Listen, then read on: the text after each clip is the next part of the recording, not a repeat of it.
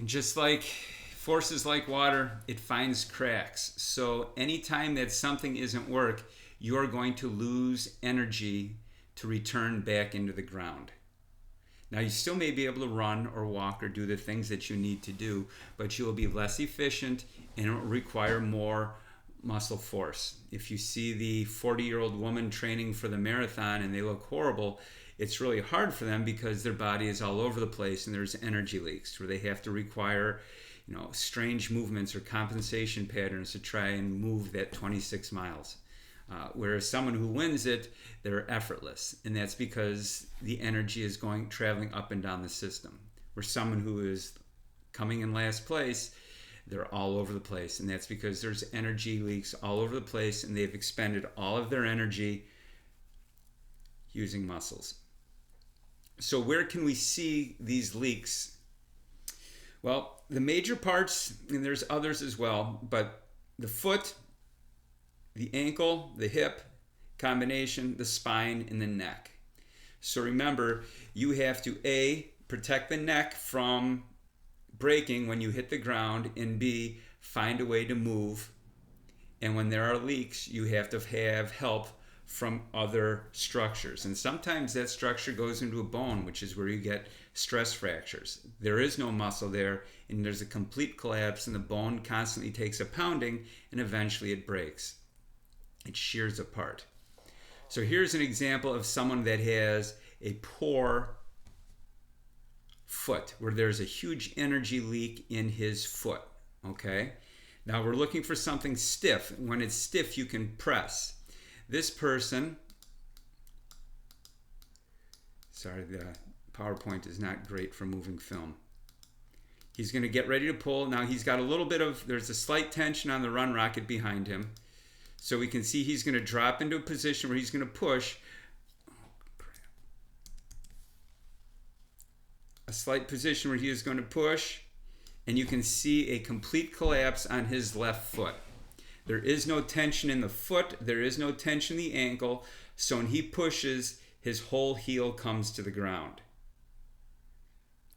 Now he can use his bone to help push, and then he can work up the chain. He can put the foot in the middle. He can lean further forward because there's no tension in the system for him to push. And it's going to cause a lot of energy to get moving. And so when he pushes, you can see the whole collapse.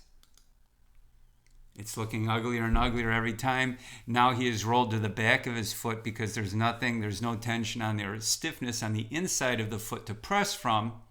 You can even see the tendon bend here. His Achilles is bending, which is dampening force to protect the system. It doesn't care if it goes fast, it just wants to go safe.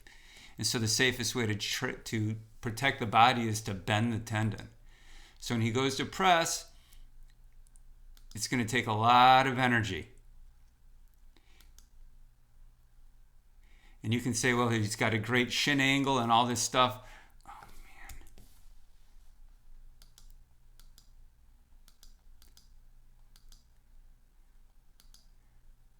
But eventually he unwinds and he presses. Now here's what's cool. Watch his right foot. His right foot has great stiffness. In fact, probably too much stiffness to compensate for the other foot.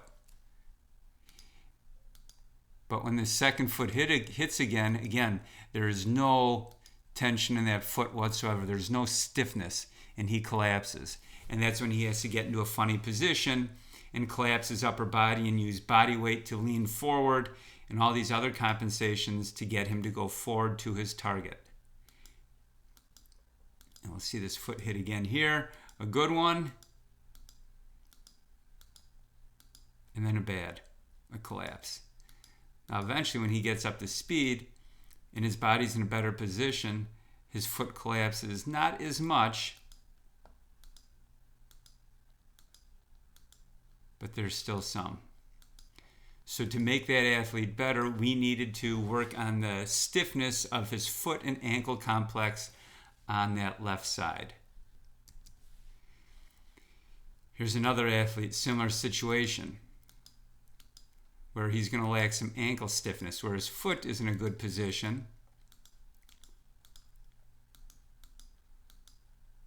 But he'll go to press. Here's his push out. Looks good, just like we coached. He hits, and you can see the ankle drop down. See how his heel descends, falls to the ground?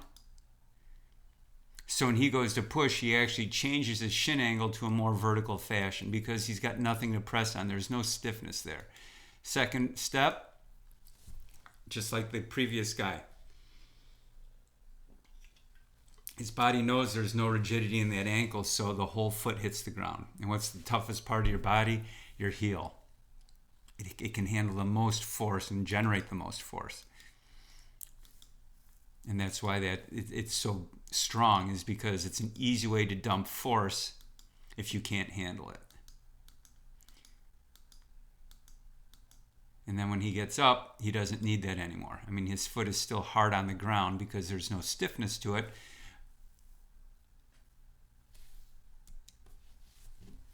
What does it look like when you sprint? And in the hips, this is where you get the dreaded crossover gait. What it looks like is your foot lands on the wrong side of your body. It's very common for girls because they have wider hips, and it's easier to lack strength because their body really doesn't care if you go fast. In fact, if you look on the left, you'll see almost an S-shape curve where not only is the hip not able to handle the force, the knee is going to bend outward to dampen the force, the hip is going to collapse in to dampen the force, and even their spine is going to bend to dampen the force, again, to protect the neck so you get a level gaze. I mean, you still move, but it's not very fast, and it's really inefficient. So these athletes get shin splints. Their knees hurt, their hips hurt, their back hurts. It's because everything is moving laterally when it should be moving forward. And it's all to dampen the force because you can't handle it. It's an energy leak. In fact, the dreaded IT band syndrome is really because that outer quad has become that tendon. Because the tendon can't hold in place, so the muscle jumps in, and it feels better when you roll out that outer quad. It's the outer quad trying to help the tendon because you don't have the stiffness in the hips to hold things in place. And that tendon will lengthen to help disperse energy coming up and down the system. Here's an example of a pre and a post. You can see the same athlete. On the left-hand side, you can see he's got a crossover. You can see his spine kind of bending over to try and dampen force with that crossover because he was a fast kid to begin with. He was 11 flat on the left, and when we got everything straightened out, he was a 10:47 kid. So a half of a second just from, in a 100-meter dash, just from straightening out where that foot placement goes. And you can see it. My main measuring tool is where is the back of the heel at mid-stance in relation to the body. And here is a poor example where you can see the foot is literally on the wrong side of the body. Now this is a college football player, and when he straightens out, you can greatly increase their speed. And that's, again, their energy leaks. There's no stiffness in the lateral chain to hold the body in place to run. And when we go back, that's what changed with this athlete, is he created a very stiff lateral chain so his body could work inside a cylinder. And all the energy would be, more energy is being pushed forward rather than laterally. And there's a good lateral line. The back of his heel should be underneath the proper ear. You can see that actually in that position, his swing leg hip is actually higher than his plant leg hip. And that's what's supposed to be happening. So that's where you're going to get the great carry through, and the knee drive is that stability from the hip. If you moved his hip to our left, his right, he couldn't bring that knee up very much higher because all the energy is going sideways and not forward. Another example. Someone trying to be a professional athlete, had a good college career, but couldn't figure out why he couldn't run faster. And if we watch him go, he's going to have all the perfect KPIs that we look for when he is going to start. Perfectly coached. He's going to get a good split. Good arm split. And as we move along here, good extension. Good scissor in the air. You can't find a bad movement here except when that foot hits the ground and all of a sudden his heel comes to the ground. He has no stiffness in that foot and ankle. When that stiffness, when there's no tension there, it lacks stiffness, the foot collapses to the ground and the angle of the shin becomes more vertical. So his horse becomes more vertical in fashion when it needs to be horizontal when he runs. And then when he pushes, you can see it's not a great position. If we're thinking of his shin as a vector of force, his vector is going up at a 45-degree angle when it needs to be about a 20-degree angle.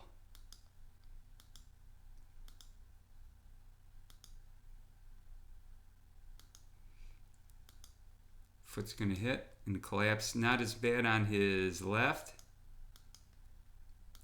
That's why he gets a big, long stride on that side. But already he's hit. And this stride is going to be a much shorter stride because he is pushing vertically rather than horizontally.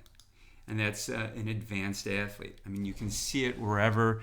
You can see it in a lot of different places at all levels. But if we can make that element stiffer, we can direct force better and more efficiently. In fact, if you look at Ken Clark and Peter Wayne's research about what happens when you hit the ground, on the left-hand side you have a competitive sprinter, on the right-hand side a non-competitive or an average athlete, and that's where that contact happens. The body is stiffer, and when something stiffer hits the ground, it's going to create more force. Compared to someone who may not have that stiffness, you can't create the force. It's really no different than dropping a bag of sand and an iron rod onto the ground. If you drop an iron rod onto the ground on its end, it's going to bounce back up because there's no joints, all the energy transfers. But a bag of sand has no stiffness, and it hits and there's no rebound. That's going to be the difference between the two as to why we need this stiffness. Spine and neck, let's say there's still energy after all the bending goes on. That is where you're going to get the curved spine and the what I call the Ichabod crane look, where you're leading with your chin and neck. Basically, your spine, one of the many reasons why your spine has so many vertebrae is you can bend at each vertebrae, whether flex or extend, to dampen force before it gets to your neck. So that's what this athlete is doing. There's too much force going on. He's got horrible posture. We can tell him to do all kinds of drills, but when we take away the element of knowing, consciousness when you're sprinting at full speed, he's going to go right back to this because he lacks stiffness throughout his entire body.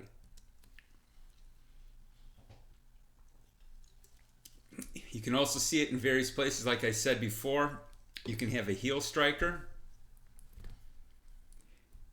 Again, that heel can dampen a lot of force.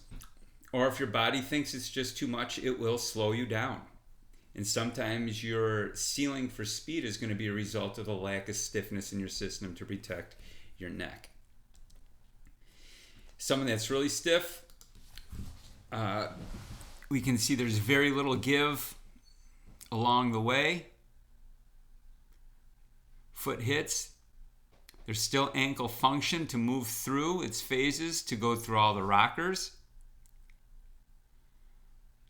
But there's just a lot of energy returned, and what muscle he has can be used to generate more power because the stiffness is there.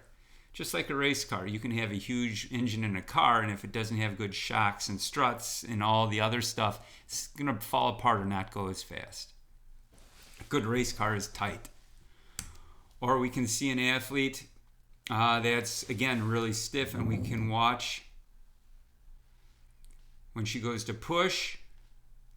We have a great shin drop. Ankles through its whole range, so she's going to get all three joints to extend. And when she hits, nothing gives, except she is going to get a 4-foot rocker to drop that shin down. Foot from above, drive down through, right into a 4-foot rocker. A stiff ankle, drops the shin, pure horizontal force when she's accelerating.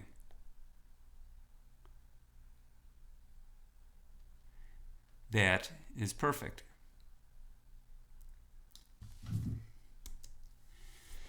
So, you've got through all the science and all the examples. How are we going to fix this? There's some really simple things that you can do. One of them is run down a line. If you're on a track, it's a perfect distance because at top end speed, if you descend both legs imaginarily, there should be 2 to 3 inches between where each foot goes. And sure enough, that line is about 2 inches wide. So you can run down a track. Your right foot will stay on the right line. Your left foot will stay on the left side. And it's a great coaching tool. So if you're going to coach, you're going to stand where they're supposed to finish, and you can watch them come at you and see which feet are hitting, which are not. From a coaching point of view, it's great because your athletes have a target and they know where to put their feet. It gives them something to shoot for. Now, when you want to improve that or make that more difficult, you can have them run with their hands over their head, because now the hip cannot give when you put your hands up over your head. And it's not just hands up over your head. You have to extend your elbows completely. So the entire chain, or remember the tensegrity lines, are completely tight. So you have to put your foot in the right place. And if you want to make it even more difficult, you can add a 5-pound bar or a 10-pound bar. I've even had a guy hold 45 pounds over. Happened to be really fast, but again, we use that to challenge the system to not let the hip come out if we give them a target. And here's a progression. You can use sticks, you can use water bags, you can put a surface down. Nothing more than 2 inches. In fact, I think at this point 2 inches is too much because I get nervous unless you have a beveled edge. Elevating the surface makes it difficult when you come down. It's going to be a really fast attempt to get that hip to bow out, and you've got to stay tight. Even bouncing on skips, adding 1 or 2 or 3 bounces with a leg up, and we're going to see some examples here, will really challenge that hip and ankle to stay in place. And then you can do it on different surfaces, like go from the track to the grass to the sand back onto the grass. Constantly challenging the idea that you don't know what's coming next, so you just have to stay tight. Again, examples of really good lateral chain, getting to the big toe and winding up the whole system to work the way it's supposed to. So here's some really basic exercises that you can do anywhere. I call these can-cans. And basically what's going to happen is you are going to kick the near leg, the leg going away. Don't do the back leg. It's the wrong system. This way we can use a lateral chain to move ourselves diagonally would be even better. He's got to stay on the ball of his big toe to create ankle stiffness, hip stiffness on the right-hand side. The biggest error I see is when people bob. He's bobbing a little bit. I would like you to stay as tall as you can and press your chest forward and not bob your head forward. So I always say lead with your heart.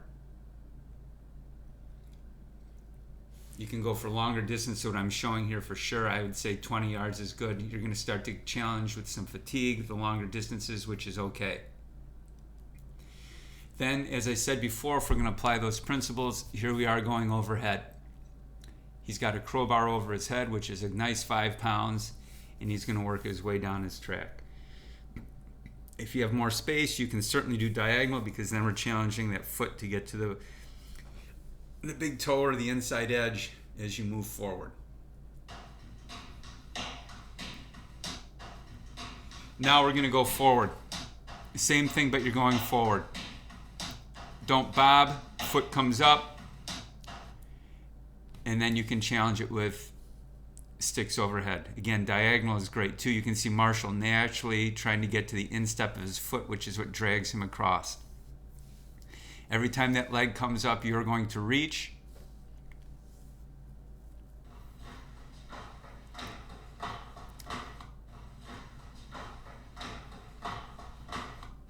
These are imaginary hurdle walks. Again, you have to rotate the hip. It's kind of like a Captain Morgan. A Captain Morgan would be without the hurdles. You're just going to hold with the leg in place. So you can either do imaginary hurdles down a line or hold that leg in place and just hop on one leg. Again, you can hold the leg in place, but we're going overhead now. Now we're challenging hip rotation, or you can get rid of the rotation and just hold the leg out to the side and hop down the track. And that's going to also create a lot of torque through your shank, which is your calf, to move forward. Here we are doing toe pops. Really simple. You can do all kinds of different things with this. Different surfaces, one leg, two leg. Tell them to hop on two legs and then tell them right, and they'll pick up one leg and have one bounce where their body thinks it's going to be two and it comes down as one, and you're challenging the system.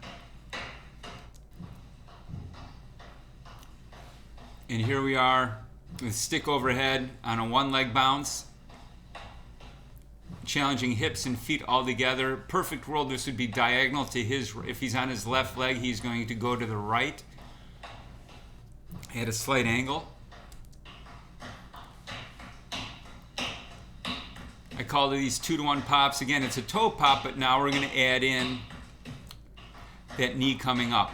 And anytime you say, you could go pop and just clap your hands and have that knee snap up. So again, you're challenging that foot to not know what's coming on when you're coming through.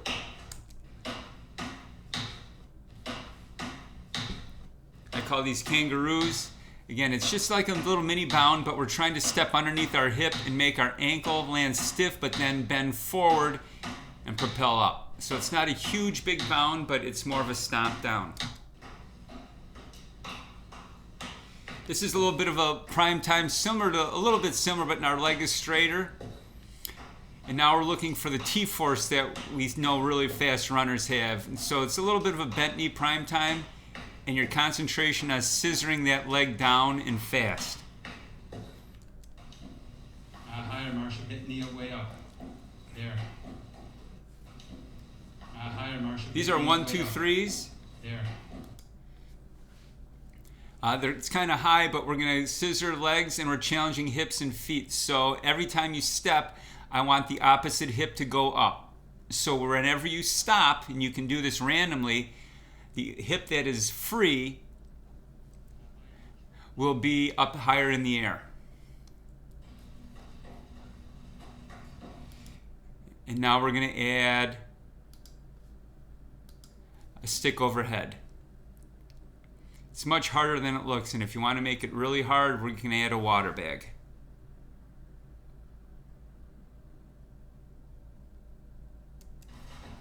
And sure enough, there's your water bag. The water bag moves, so your body's not really sure what's going on. So just to play it safe, we're going to hold up there, and I put Marshall's mistake as to why you don't want it too high. He was fine. Nobody got hurt. Power down. And to make it really basic, you have a stomp down. Again, you're seeing how fast you can scissor stiffness in the ankle up into the hip.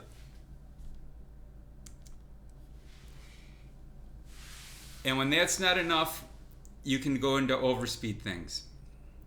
Again, there's going to be an impetus to go faster, so your body's going to have to think that it's got to be stiffer. So overspeed can be as simple as a shove, a slight tug with a rubber band, and it only has to be a couple steps, or you can raise the ground. And again, like we saw, a slight rise, maybe an inch. and that's going to challenge the body to be stiffer. And it has to be random. You don't want to have it one after the other. It has to be completely random, and it's better to make it random every time. Or you can soften the ground, which is I have a different surface for a couple strides, whether it's a Airx mat or sand or grass. And you can apply all these things to hurdling and jumping as well. Something that happens faster, so your body has to be ready, pre-tense, to get ready for whatever's coming. And hopefully it will figure out that that's the better way to do things. So that's a really basic look at stiffness. I hope this helps. Thank you.